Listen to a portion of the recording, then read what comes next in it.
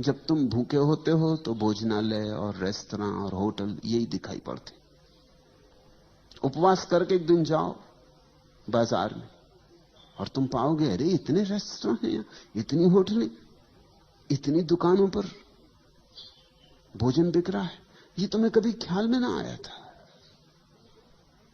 तुम भरे पेट निकले थे, ख्याल में आने का कोई कारण न था। फिर एक दिन भरे पेट जाओ, फिर वो दिखाई ना पड़ेंगे। जिसकी काम वासना पीड़ित है उसे रास्ते पर पुरुष नहीं दिखाई पड़ेंगे, स्त्रियां दिखाई पड़ेंगी। उसे पुरुष छूट ही जाएंगे, पुरुषों को वो मद्देनजर कर जाएगा।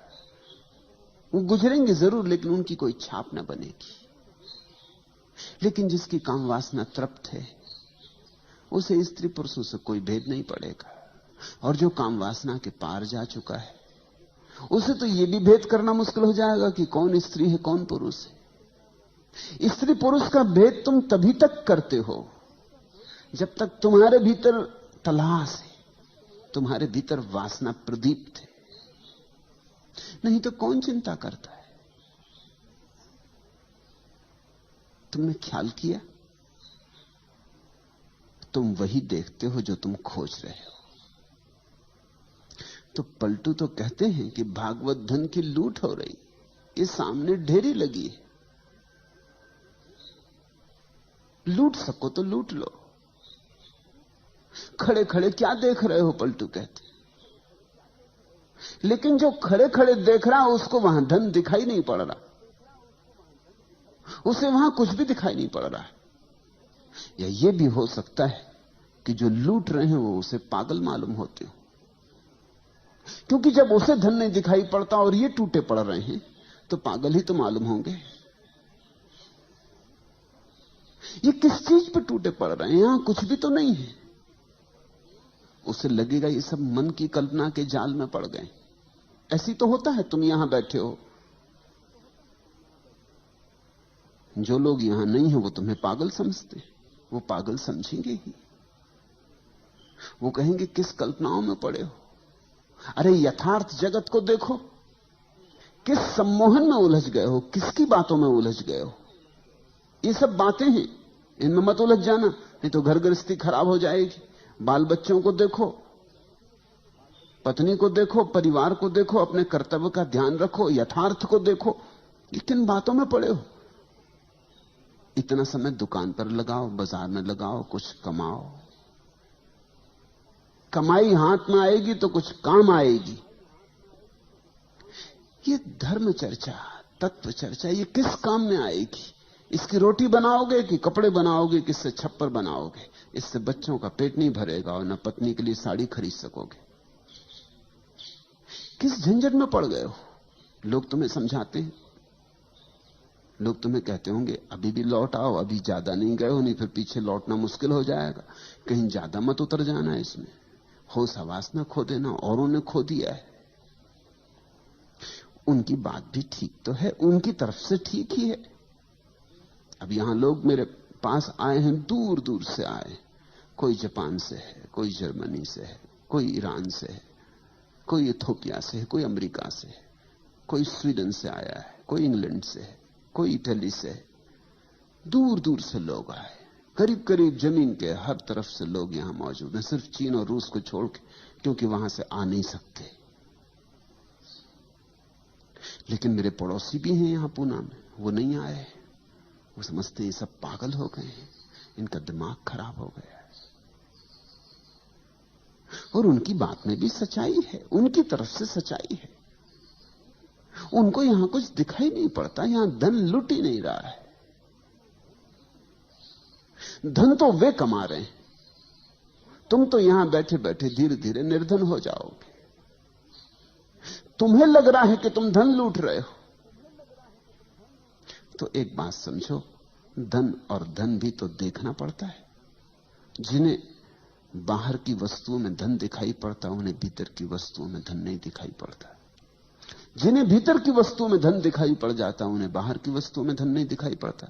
बुद्ध ने अपना राजमहल छोड़ा तो उनके सारथी ने जब उन्हें छोड़ने गया जंगल में, उसने उनके पैर पकड़ लिए। सारथी ने, बूढ़ा सारथी, बचपन से बुद्ध को रथ पर घुमाया किया है, बचपन से बुद्ध को बढ़ते हुए देखा है, उसका भी बेटे जैसा लगाव है बुद्ध से।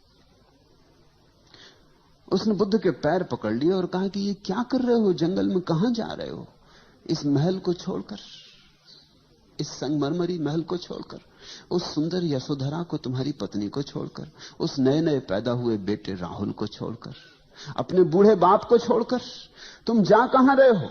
तुम बूढ़े बाप के हाथ की लकड़ी हो और ये सुंदर महल और ये सारा वैभव जंगल में मिलेगा क्या?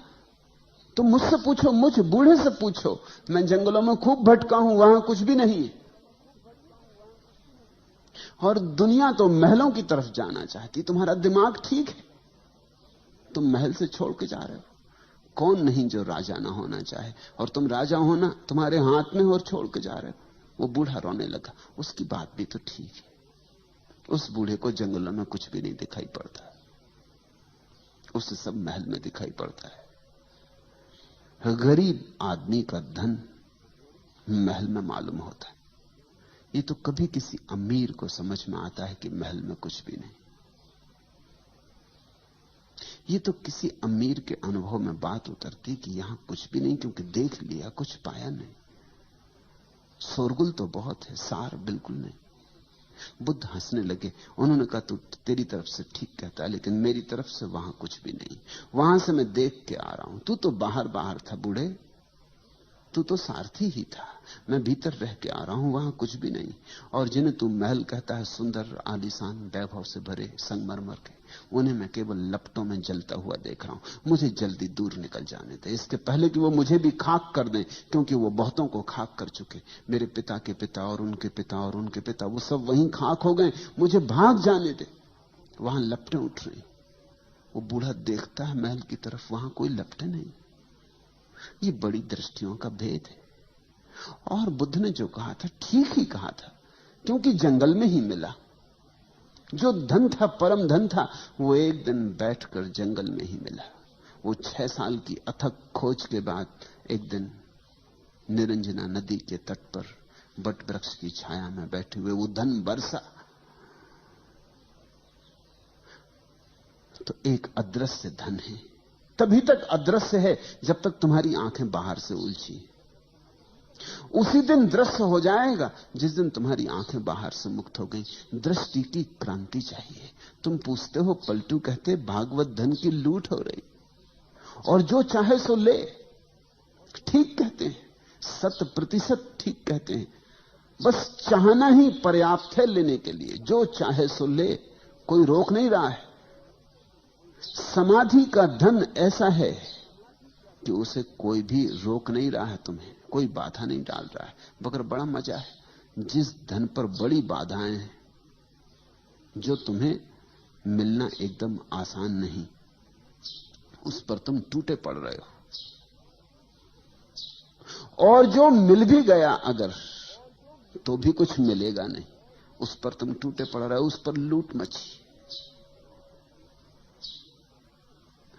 और जो धन कोई भी छीनने को नहीं मालूम हो रहा, और जो धन इतना है कि सभी को मिल जाए तो भी न्यून नहीं होता, उस धन की तरफ तुम जा भी नहीं रहे हो।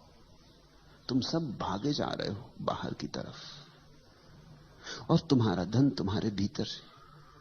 तुम्हारा धन तुम हो। तुम्हारे होने में, तुम्हारी सत्ता में तुम्हारा धन है। तुम्हारे शून्य में, तुम्हारे मौन में तुम्हारा धन है। तुम्हारे अस्तित्व में समाया है धन। खजाना लेकर तुम आए हो, चाबी भी तुम्हारे पास है, लेकिन इस चाबी को तुम कभी भीतर की तरफ लगाते नहीं, बाहर की तरफ लगाते। यही आंखें जो बाहर की तरफ भाग रही, दूर दिशाओं में दौड़ी चली जा रही, यही आंखें लौटकर अपने धन को खोज लेती। यही हाथ जो और सारे संसार को पकड़ते फिर रहे हैं, इन्हीं हाथों में छिपी ऊर्जा भीतर की तरफ लौट के परम धन को संभाल लेती। लेकिन कोई रोकता नहीं, फिर भी तुम उसके प्यासे नहीं। तुम अभी संसार से थके नहीं हो। तुम्हें लगता है यहां शायद हो, आज नहीं मिला कल मिले।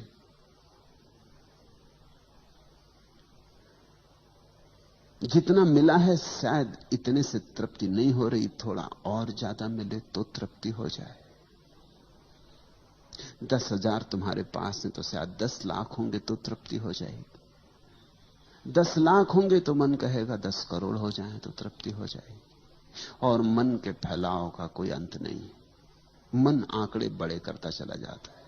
तुम जहां रहोगे वहीं से मन के आंकड़े बाहर और भविष्य की तरफ विस्तीर्ण हो जाएंगे। मन क्षितिज की तरफ फैलता चला जाता है। मन कभी भी तुम्हें ऐसा मौका न देगा कि अब आगे नहीं।